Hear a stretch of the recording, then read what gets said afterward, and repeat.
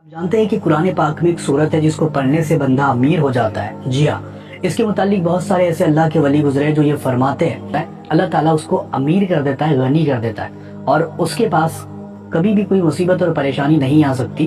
اور دوسری بات، وہ دنیا میں کسی کا محتاج نہیں رہے گا. تیسری بات یہ ہے کہ وہ بندہ اللہ تعالیٰ کی طرف رجوع کرے گا، یعنی اس کا جو دل ہے وہ خود بخود کھینچا چلا جائے گا اللہ تعالیٰ کی طرف. اور اس کے بعد میں اس بندے کے اوپر کبھی بھی کوئی کالا جادو، سپلی علم یا پھر بری نظر، یہ ساری چیزیں اس کے اوپر نہیں لگ سکتی. اور اس کے بعد میں اگر کوئی قرض میں گر چکا ہے تو اس کو ڈیلی پڑھا کرے، انشاءاللہ تعالیٰ اس کا قرض بھی ادا ہو جائے گا. تو آپ اس کو ضرور پڑھ کے دیکھو، بہت ہی مفید عمل ہے. انسان اپنی حالت کو بہتر بنانے کے لیے جب پریشان ہوتا ہے تو حالت بہتر بنانے کی صلاحیت سلب ہو جاتی ہے. اچھے الفاظ پر کچھ خرچ نہیں ہوتا، لیکن اچھے الفاظ سے بہت کچھ حاصل ہوتا ہے. الفاظ ہی انسان کو پسندیدہ یا ناپسندیدہ بناتے رہتے ہیں. الفاظ خوشبو کی طرح ماحول کو معطر کرتے ہیں.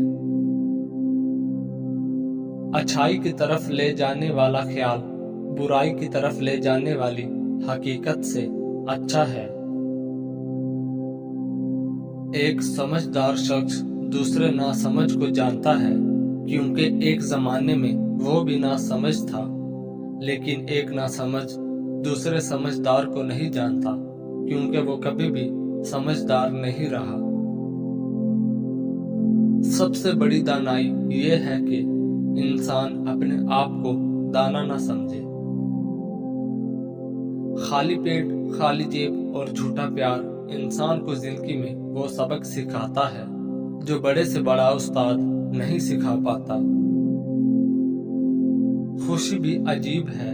ایک بچہ غبارہ خرید کے خوش تھا اور ایک بچہ غبارہ بیچ کر. اپنے مزاج میں صبر کی عادت ڈال لیں، بہت سی مشکلیں آسان ہو جائیں گی. جن کا بھروسہ اللہ ہو ان کی منزل کامیابی ہے. اگر آپ بھی امیر ہونا چاہتے ہیں، دولت کے پیچھے کبھی مت بھاگنا، ورنہ یہ تم سے دور بھاگے گی. دولت کی لالچ کو دل سے نکال دو اور اللہ تعالیٰ کی راہ میں خرچ کرنا شروع کر دو. کھانا کھاتے وقت تمہاری زبان دانتوں تلے آ جائے تو سمجھ جاؤ کہ تمہاری قسمت رنگ لانے والی ہے اور تمہیں کامیابی ملنے والی ہے. ایک بار حضور پاک صلی اللہ علیہ وآلہ وسلم حضرت عائشہ صدیقہ کے گھر میں آرام فرما رہے تھے. اس دن نبی کریم بہت خوش تھے، بہت خوشگوار موڈ میں تھے، بڑی بشاش سی طبیعت تھی. حضرت عائشہ صدیقہ جب آپ کے پاس تشریف لائی تو آپ صلی اللہ علیہ وآلہ وسلم نے مسکرا کر فرمایا، اے عائشہ مانگو آج جو مانگنا ہے. جب حضرت عائشہ صدیقہ نے دیکھا کہ آقا کریم بہت خوش ہیں، آج مانگو تو کیا مانگو، اب آپ سوچ میں پڑ گئی کہ یہ مانگو تو یہ چھوڑتا ہے، یہ مانگو تو یہ چھوڑتا ہے، کچھ ایسا مانگو کہ جس میں سب آ جائے. اب اسی سوچ میں گم ہو گئی مگر نتیجہ نہ نکال پائیں. تو پھر انہوں نے کہا کہ یا رسول اللہ، کیا مجھے اس بات کی اجازت ہے کہ میں کسی سے مشورہ کر لوں؟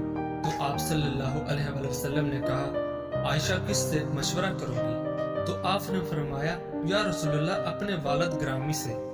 تو آپ مسکرائے اور فرمایا، اگر آپ میرے یار سے ہی مشورہ کرنا چاہتی ہو تو جاؤ کر لو. حضرت عائشہ دوڑتی ہوئی اپنے والد محترم حضرت صدیق اکبر کے پاس آئیں اور کہا، ابا جان آج نبی بہت خوش ہیں اور انہوں نے فرمایا ہے کہ اے عائشہ آج مانگو جو مانگنا ہے. میری سمجھ میں نہیں آتا کہ کیا مانگو. حضرت صدیق اکبر بھی بہت خوش ہوئے، فرمانے لگے، بیٹی اگر ایسا ہے تو سنو، اگر تم مجھ سے مشورہ لیتی ہو تو آقا سے یہی ایک چیز مانگ لو. پیارے نبی سے کہو کہ جب آپ معراج کی شب رب سے ملے تھے تو جو خاص ملاقات ہوئی تھی تو اس خاص ملاقات میں کچھ خاص باتیں بھی ہوئی تھیں.